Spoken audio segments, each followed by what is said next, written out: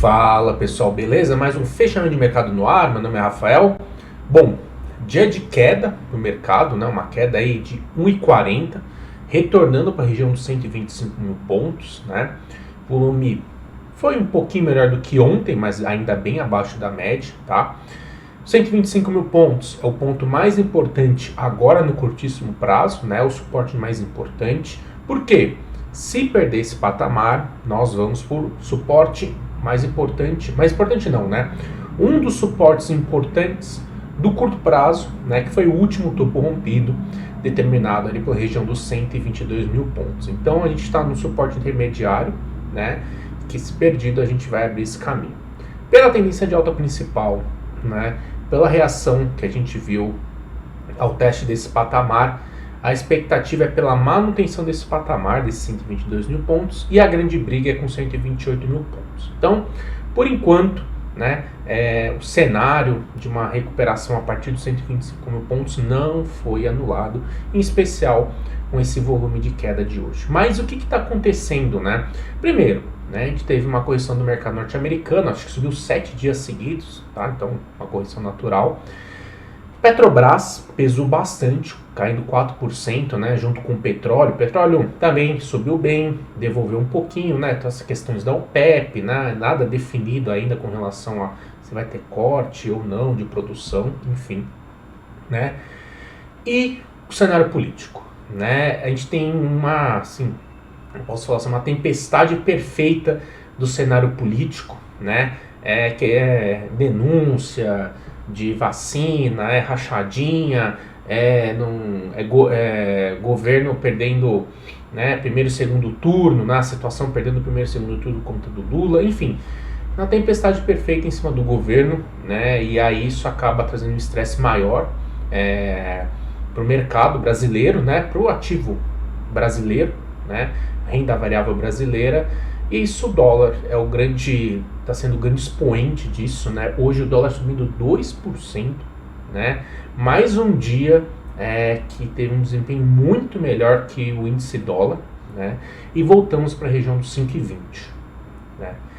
E sem falar que essa região dos 4,90, R$5 era de fato um ponto importante de suporte, um ponto de compra, a gente comentou aqui, né? Para aumentar a posição aí, se tiver posição no fundo cambial, tá?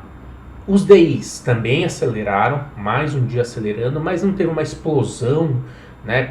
Geralmente quando tem umas crises né, de fiscal ou crise política muito forte, os DIs explodem, né? A gente não tá vendo isso, mas mais um dia subindo um pouquinho mais. E tem essa questão da inflação, né? A inflação pegando, né? Teve aumento dos combustíveis, né? Vai pegar na inflação, a crise hídrica vai pegar na inflação. Então, assim, Selic fechar esse ano a 7%, não é fora da realidade, 6,5% é uma realidade muito bem, tá dado, né? 7% não é a aposta majoritária, mas é o que a curva está indicando, tá? Então, a gente tem aí um movimento para pressão vendedora para o mercado brasileiro, tá bom? Então vamos ver como é que foi esse fechamento? Vamos lá entender como é que foi. Deixa eu colocar aqui a marca d'água. Bom, Ibovespa, como eu disse, né? Fechamento, volume ainda bem abaixo da média. O OBV, por enquanto, seguindo o movimento do mercado, né? Então não tem divergência. IFR próximo de redução em região de sobrevenda, mas está bem no meio do caminho. E aqui a gente tem, né, os 125 mil pontos, tá? Que é o principal suporte aqui, tá? Vamos olhar no intraday. No intraday também não tem nenhuma divergência, não tem nada, tá? Mercado fazendo esse processo de correção natural, né? O IFR tem uma certa divergência e tal, enfim, mas dá para ver que a gente está no suporte importante e em níveis de sobrevenda aqui do IFR nos 60 minutos. Por isso, né, se você olhar isso, olhar a tendência de alta principal do mercado, né, a gente está definindo um suporte também muito importante, existe a possibilidade ainda da manutenção desse patamar. O outro ponto, né, que chama a atenção, né? E aí vale ficar ligado se realmente segurar esse 125, se voltar para 128 e não romper, existe a chance do mercado parar por aqui já, né? Nem mesmo voltar para os 130 mil pontos, parar por aqui, travar por aqui e depois perder os 125 mil pontos, tá? Por que eu digo isso? Por conta desses candles de reversão do semanal. Então, assim, o que é para você fazer nesse momento? Eu buscaria a compra, né? O que eu estaria fazendo nesse momento? Buscaria a compra. Tanto que nós compramos, né? Os papéis que a gente fez a entrada, Multiplan voltou para o preço, né? Por 27,80, tá? Lojas Renner também está no mesmo preço, está no 43,20, 43,30, né? Transmissão chegou a bater R$25 hoje, né? A gente comprou a 24,80, voltou bem, né? Papel, enfim, né? Muito bom, preços interessantíssimos. Amanhã, acho que hoje fica X, ou amanhã fica X, hoje é o último dia da Datacom do papel, tá? Vai pagar um dividendo aí de 0,50, dividendo intermediário, então a gente comprou pelo setor, né, exposição do setor, e também por essa questão desse dividendo, tá bom? Enfim, eu acredito que nesse momento, se você quer buscar compra nos papéis, esse é um grande momento, né? A gente está de olho aqui em Lame, né? A gente já tem o papel, né? A gente comprou o papel em R$18, né? E quer aumentar a posição justamente aqui, só precisa de um sinal de reversão, né, sobre esse 19,60 para cravar esse ombro cabeça ombro invertido. A gente está de olho em Lame, beleza? Eu acho que é o que eu falei. Você tem um risco retorno interessante, né? Afinal de contas, você está comprando um suporte importante. Se confirmar a perda de suporte, aí você, em base semanal, né? Nem base diária, né? Perder em base semanal e suporte, aí você aperta seu stop. Mas você está comprando um risco retorno bem interessante, muito diferente, né? De você comprar aqui a 130 mil pontos, né? Onde eram as oportunidades do Ibovespa ir para 140 mil pontos, né? Enfim, sobre tudo isso, mais uma vez, muita gente ficou presa em topo, né, nas euforias, tá? Sobre os DIs, né, que eu quero mostrar é o seguinte. Aqui, geralmente, o que a gente tem, né? Explosões, quando tem essas questões políticas, porque assim, se você ler a notícia, né, obviamente, são notícias negativas para o governo, né? Sem dúvida nenhuma. Mas o que o mercado lê com relação a isso, né? Eu acho que isso que é a grande questão. Porque falar que, não sei o que, porque vai ser ruim, porque vai ser bom, isso aí é conversa de bar, né? Isso aí é conversa de bar, né? O importante é como o mercado vai reagir em relação a isso. E grande resposta, em especial para renda variável, é a curva de juros, né? São os DIs. E eles estão parados, né? Estão seguindo, né? Estão aqui em alta, né? Perto nos tempos de crise de 2020, nas máximas da crise de 2020, tá? Muito por conta, né, da questão inflacionária, tudo isso. Mas por enquanto esse lado político não afetou em nada. Não explodiu. Agora a gente vai no dólar, né? O dólar, esse sim, mostrou uma força compradora muito aqui, né? A gente comentou, ponto de compra, retornando para o último patamar desse 5,30, que foi o ponto que foi perdido, que abriu o caminho para esse movimento de correção, tá? A gente tem também que, se você olhar, né, o índice dólar,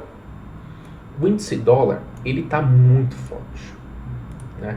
Já não é de hoje que o índice dólar está muito forte. E a gente está correndo atrás desse movimento, né? A gente está digerindo esse movimento. O índice dólar está bem forte já tem algum tempo já. E a gente estava ao contrário disso, né? A gente estava embaixo, agora está retornando.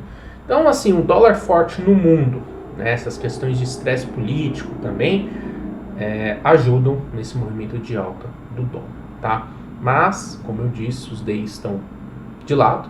Se a gente olhar o EWZ, né, vou colocar o diário, testando a média móvel de 72, EWZ, né, o WZ que está em tendência de alta no curtíssimo prazo, voltando para o último topo rompido, né. Aí a minha pergunta é, quando estava 42 dólares, era compra. Quando volta para o último topo rompido, é venda? Ainda mais em tendência de alta, por enquanto ainda sigo em busca da compra, tá? E o que ia comentar, a gente está restrito, mas enfim, eu só vou trazer um panorama de Petrobras, que foi o destaque de baixa hoje, né? Mostrar o gráfico aqui, né? A gente já vinha comentando a importância dessa região de resistência, né? A importância da média móvel de 21 em todo esse movimento de alta. Esse suporte é muito importante, 27,60, que foi a mínima de hoje. Se seguir esse movimento de baixa, a gente tem como alvo aqui o 26,70, R$26, né, com esse topo duplo aqui que foi marcado nesse patamar muito importante, tá bom? Então, aqui, se você não fez parcial, era para ter feito, e aqui um ponto importante de suporte. Vale, né, as blue chips, vai se segurando, mas ainda está travada abaixo nos R$114, né, nada para ser feito nesse momento, e ficar de olho nos bancos, né, que mesmo com a queda, tudo isso, ainda seguem acima do último suporte importante. Itaú, acima dessa região, né, desse último topo rompido, justamente nessa faixa aqui dos R$29, segue acima desse patamar, lutando com a média móvel de 72. Volume na venda perdeu muita força, né? Então, beleza.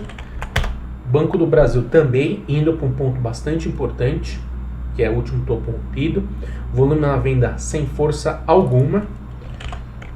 Santander aqui voltando também para essa base aqui, né? Essa última mínima, aqui, ó, né? Essa última mínima. Volume na venda sem força nenhuma, assim como o Bradesco voltando para o último topo rompido, volume na venda sem força nenhuma, né? O que vem pressionando, né? Hoje foi Petrobras e o setor siderúrgico. Esse sim, o volume na venda vem forte, tá? E é um processo de correção natural depois de uma forte alta e também pela tendência de baixa de curto prazo que foi iniciada, tá bom? Destaque negativo hoje, né? Vou falar aqui dos destaques negativos.